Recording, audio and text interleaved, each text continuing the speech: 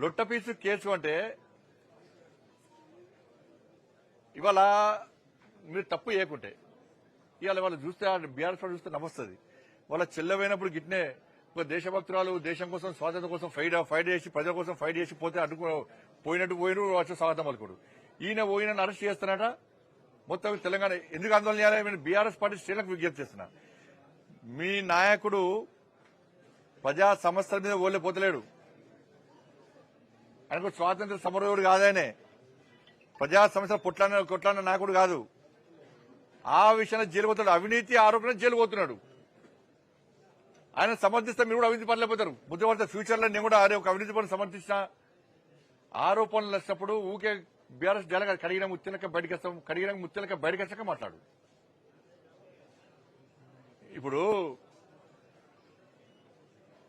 కనీసము దాని మీద మాట్లాడే ముందు ఇవాళ నువ్వు కనీసం కేబినెట్ అనుమతి లేకుండా అన్ని కోట్ల రూపాయలు ఏ విధంగా చెల్లిస్తావు? ఎవరైనా చెల్లించినావు? ఎంత ప్లాన్ ప్రకారం అంటే ప్రజల దృష్టి మళ్లించడానికి వీళ్ళు నీతివంతులుగా చెప్పుకోవడానికి వీళ్ళంతా ప్లాన్ చేస్తున్నారు. కేసీఆర్ కుటుంబం అంటేనే అవినీతి కుటుంబం. ఇది అది ఇంకా బయటకు వస్తాయి.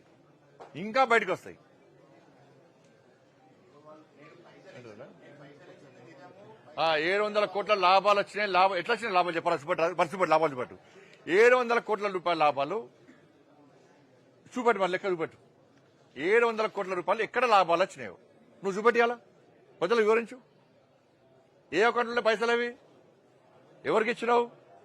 700 కోట్ల రూపాయలు దొబ్బిపోదామని ప్లాన్ చేసిండు.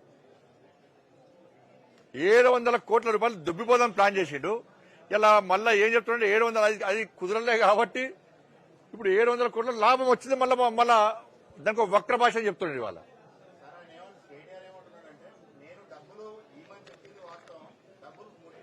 నీ పర్సనల్ అకౌంట్ అదేమన్నా?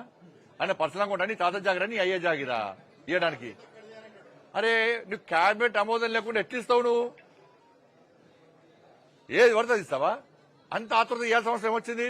అరే ఫీజులు ఏమైనా పైసలు ఇవ్వవు, అంత ఆతృత ఇవ్వాలి కదా. ఆరోగ్యశ్రీ పైసలు ఎందుకు ఇవ్వాలి? అప్పుడు రైతులకు మీ అయ్యవ చెక్కులు ఇచ్చిన కదా, అంత ఆతృతతోని రైతులకు ఎందుకు చెక్కులు ఇవ్వలే? రైతులకు ఎందుకు బోనస్ ఇవ్వలే?